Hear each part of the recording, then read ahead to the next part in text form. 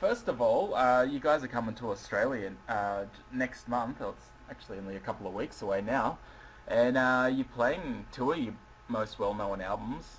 You're playing They're Only Chasing Yeah, we Safety are. and Define the Great Line. I'm just wondering, why did you guys choose to feature these albums?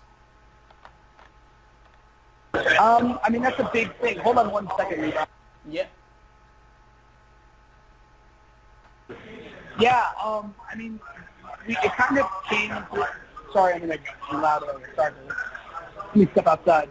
Yeah, no worries. The whole concept came about because we were not a band anymore, and we thought about what would it look like for us to go out and play our two biggest albums as kind of a celebration of our career and what we accomplished together, and just kind of have fun for 5 weeks. So we did a Rebirth tour Yeah.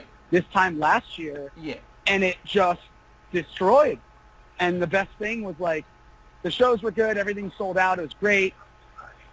You know, from a business standpoint, it's like, oh, it's a really successful tour, but the biggest success of the tour was the fact that we all realized we love playing music together again, and we love each other. Mm-hmm. And that's what was lost in the long-term plan of Underøath, and that's why we stopped being a band in the first place. And so we realized, man, this isn't just a flash-in-the-pan 5-week trip. This is a kind of a rebirth of the band. So that's kind of how we kind of took it and kind of ran from there.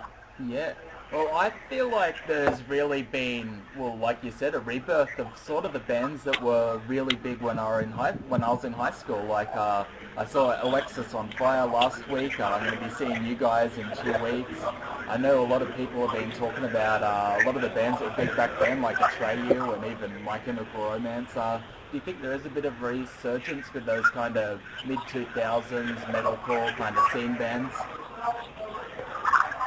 Yeah, I don't know exactly what that is, but I do know that, like, there is a massive resurgence for people wanting played music.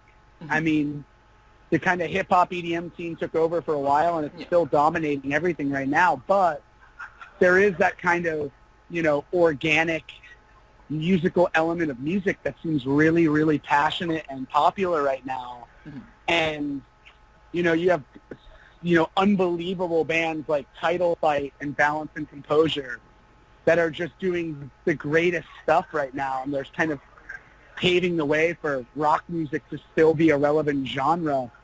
And I think they've done a really good job at maintaining guitars and bass and drums and making sure all that feels right and becomes a real thing, you know?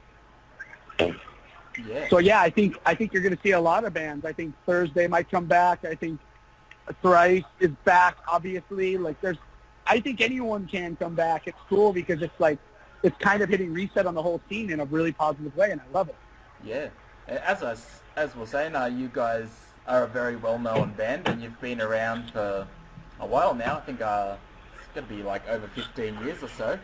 I'm just wondering, do you remember the first time you ever, you know, went to play a show and you looked out into the crowd and you're like, wow, there's a lot of people here tonight? Yeah. We were on Warped Tour, and no, it wasn't even Warped Tour. It was probably 2003. Yeah. We played a place in Corona called, not the Glass House. I can't even remember what it's called right now. I'm blanking. That's how memorable it was. No, it was, I still have the ticket in my, like, lockbox. Yeah. It was the first show we ever sold out. And, man, it was incredible. I can't believe I can't remember the name right now. I'm blanking on it. But we ended up playing, and it was just this weird thing of, like, we were in this spot, and all of a sudden they're like, yeah, 500 people sold out. And we're like, 500 people across the country from us wanted to come see our band? Like, how does that work? And it just kind of hit, like, oh, wow. It was just beautiful. And I mean, the most memorable show that I have that I'll never forget in that was we were on Warped Tour and we played a day off show at a place called Alley Cat in Virginia, and that show sold out, and there was a line around the block, and they turned people away. And that was the first time we played music for people, I not just looked out in the crowd and said, wow, there's a lot of people here. And by a lot of people, I mean 350 people. Mm-hmm. But we were like, there's a lot of people here, but they're singing every single word. Yeah. And that was the first time that it hit me like, oh no, like this is something. Like people actually really, really care. Do you ever think about what you'd be doing with your life if, music and the band never worked out for you? I don't, man. I was a lost soul, to be honest.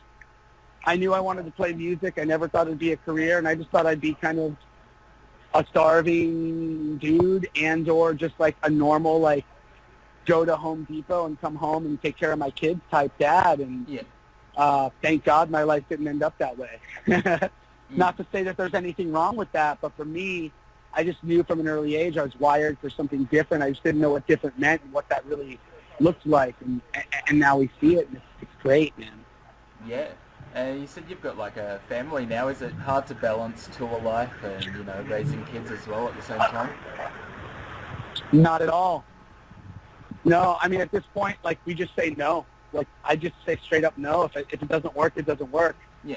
I don't care if it's Metallica calling us. Like, if I got something to do with my family always comes first. I work and I create when I can, but my family's number one. And I work for my family, and I try to provide for my family. So it's really a juxtaposition when you say, forget my family because I'm going to go work, which is the whole reason why you work. Yeah. So, the band from a passion standpoint is tough. Yeah, I wish I could do more. Are there nights when I'm home doing baths with a song running in my head going, God, I wish I was in a studio till 2 a.m. just drinking beer with my friends and creating? Absolutely. But I wouldn't change it for the world. I think family keeps me healthier, and they keep me balanced, and they give me a joy in life that music never will. And I think music gives me a joy in life that my family never will. So I'm really, really thankful to be able to drink from both faucets and have it be balanced and not have one dominating the other. For sure, man. Now, as I said just a bit earlier, you're going to be playing your two big albums, They're Only Chasing Safety and Define the Great Line. I'm just wondering, out of those two albums, are you able to pick a favourite? I think personally, Define the Great Line is my favorite out of the two because it's more my style, but I think the nostalgia, what's up, man? And just the nostalgia and the creation process of learning that we were becoming a real band through Chasing Safety, that album's really special to me as well. Cool. But from a musical standpoint, I would say Define the Great Line was the first album that we ever created where we said, oh yeah, we finally did it. Like, this was our masterpiece in our heads. Yeah. And even if it didn't sell what it sold and it never went gold and no one cared, I would have walked away going, that was our first masterpiece. There was always things on Chasing Safety that I wish I could have changed, but I didn't have the skill or the headspace or the creativity. 2 years later, we made the record we wanted to make, and there's nothing I would change on that album. Yeah, for sure. And I know you've worked with different producers over the years. Does the producer make a big difference when you're going into a record? No, we've actually worked with the same producer for every album since Chasing Safety, Matt Goldman. And then we had our friend Jeremy help us with the last album, and Adam D., our friend from Killswitch Engage, co-produced with Matt Goldman, the two, Lost in the Sound and Define. And it's weird because we don't really have producers. No one produces our music. No one's ever rewritten anything. No one's told us to play something different or sing this lyric a different way. So we've really self-produced everything. We just leaned on professionals in that headspace to really show us what we were capable of in a long-term capacity, Yeah. Do you think you're going to release any new music soon? I know it's been a little while since the last album. Man, that's a really good question. Right now, we're not really focused on that. I mean, I'd be lying if I said we weren't trading riffs and noodling around a bit. But right now, there's really nothing on the docket that's really feels good or feels right or is confirmed. I don't think we're opposed Yeah. But I don't think it's something that we're like, we have to do this and we have to do it by this date or else, you know? Yeah. If it naturally fits, like, we'll do it. If it naturally doesn't, we won't, you know? Yeah, for sure, man. Sounds like a jet ski in the background. Oh, sorry. Yeah, there's a motorcycle driving Oh, by. motorcycle. Okay. Yeah. Now, as a guitarist, I play a bit myself. I'm just wondering, was there like a few favorite guitarists that really got you into music? No, I always loved bands. I hated guitar players. I don't know a scale. I don't know any theory. I don't know anything. I just know how to put my hands where I want them to make the sounds I hear in my head. I do like guitar players like Beth from Glassjaw, Omar from At the Drive-In, Yeah. and those are probably my only two guitar players that I'm like, those guitar players are straight up badass. Everything else is like, I love bands that write great songs together. I think guitar is an important piece, Yeah. but I think that you could write a fully electronic song that's equally as impactful, and you don't need guitar. So for me, it's always been an accessory to the murder of a song rather than the focal point. That's why we don't have any guitar solos. There's no stop to the big look at me moment, and it's something I'd never wanted and couldn't even play if I tried. Yep. So you never really got like guitar lessons or anything like that, just kind of taught yourself? Yeah, self-taught. I took one 30-minute guitar lesson with my youth pastor when I was 15. Yep. And that was the last thing I learned. And I learned 2 scales that day, and those are the only 2 scales I still know to this day. And I just realized I wasn't interested in learning guitar. I was interested in learning how to create moments that impact people and sounds that move people. And that wasn't going to come from chops or fast picking. It's going to come from pedals and having the right team and the right band around it, really creating a unified movement of the sound, you know? Yeah, for sure. Now, I just asked quickly, I know it's a bit off the topic, but I've been watching the news a bit lately, and it seems like everyone in America is on the streets protesting. What are your thoughts on that? Are you optimistic for the future? Do you think there's going to be some, good changes coming or bad changes? I think there's going to be changes coming. I think that right now everyone thinks they're bad. Yeah. I don't think that Donald Trump knows how to run the country. I think the good thing about America is that Donald Trump will not run our country. And if he does something off limit, like you saw with the female marches, like, we're not going to sit back and take his shit. We're going to go out and speak our mind. And if we have to sit in the streets for weeks or months or years, it's not going to change. We're not going to sit by and let someone take that and kind of run with it. Yeah, for sure. At the same time, I also think that, I think deep down he wants what's good for the country based on what he thinks is good.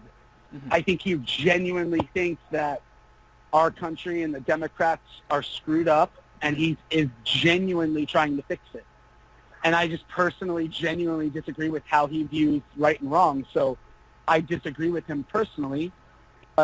This is my country, and I'm going to stand up for it. And I'm not I don't think any of us are ashamed to be American.